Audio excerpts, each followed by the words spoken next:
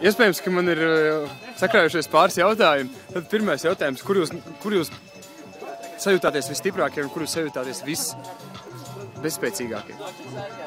Visstiprākie mēs sajūtāmies, ka Tūmiņš ar Marčiku izrēķināja pareizos grādus, un mēs vienīgi atradām 71. punktu.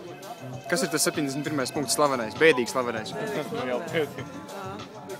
Viņš bija jārēķina. Tur bija matemātisks aprēķins, tur bija azimuts jāprēķina, tur bija māja logi jāskaita, un tad jāpārvērš ciparos, un jārēķina jūdzes, bija jāpārvērš kilometros. Tur bija normāla matemātika, un Džeka vienkārši pateica, davai, nedzudamies visiem pakaļ, vienkārši rēķinām. Viņi izrēķināja, mēs atradām kartā, mēs vienkārši izgājām precīzi to punktu.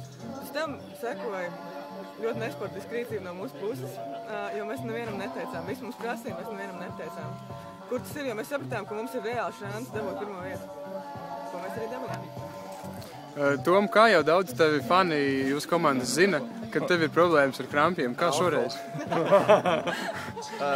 Mēs šo problēmu pēc pirmā posma papētījām, un mums ir risinājums daudz ēdienu un daudz dzērienu.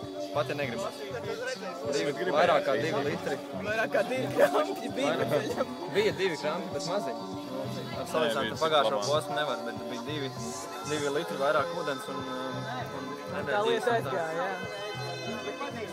Māri, varbūt tev ir kaut kas bilstams par posmu ar velosipēdu, jo tu esi vistrakākais velosipēdu braucējs, ko es šodien sastāpšu. Tev arī kā iepriekšējā posmā, tas posms par velosipēdu pārvērtās par šausmām ar velosipēdu.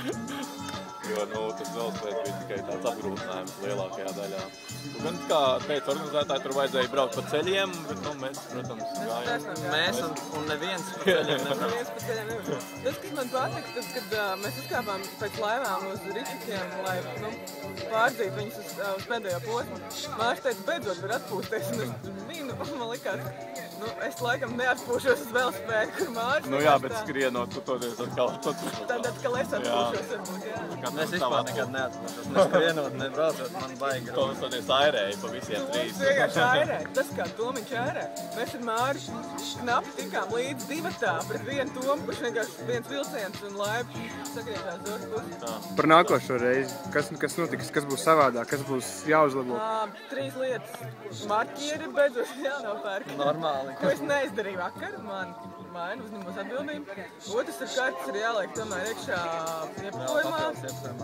Un trešais ir kartēm ir jābūt visiem 3, jo mēs finišējām ar vienu karti, bez dažiem kontrolpunktiem atzīmētiem kartēm.